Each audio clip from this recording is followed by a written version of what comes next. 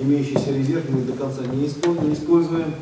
Поэтому, понятно, это в основном хозяйства, которые работают еще по схеме использования животноводческих ферм советского периода.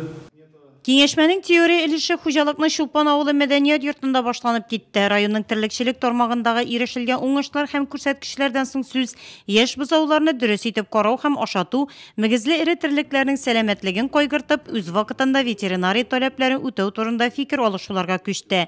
Сөт җитештерүне тагын да арттыру турында сөйләшенде. Бозау туганнан соң иң беренче сугым сөте вакытында дөрес итеп эшертү. Ашату, sütten ayırgandan sonra nişip ашатуга игътибар берергә.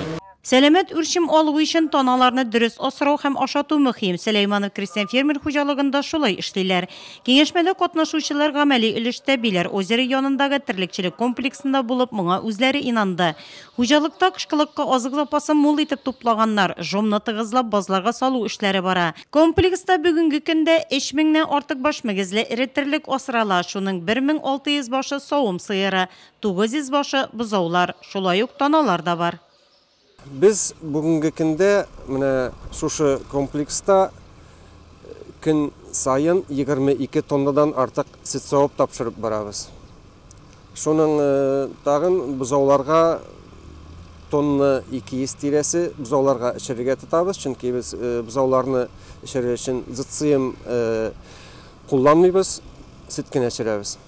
Хуҗалыкта яшь бозауларны саклап калуга, асрауга, ашатуга зур игътибар бирелә. Бозау караучыларны, терлекчелекдә эшләүчеләрне даими укытып торалар. Birinci туган сәгатеннән үк bütün технологияны җиренә җиткереп эшләп башкарабыз. Аннан соң һәрбер бозауны үзенең индивидуаль клеткасына куябыз. Бозау туганнан соң 1 сәгать эчендә ул угыз сөте эчә 4 литр күләмендә. Аннан соң башка ветеринар мероприятиялар башкарыла. Киңәшмәдә катнашучылар хуҗалыкның ФОМА бүлекчәсендә дә булды.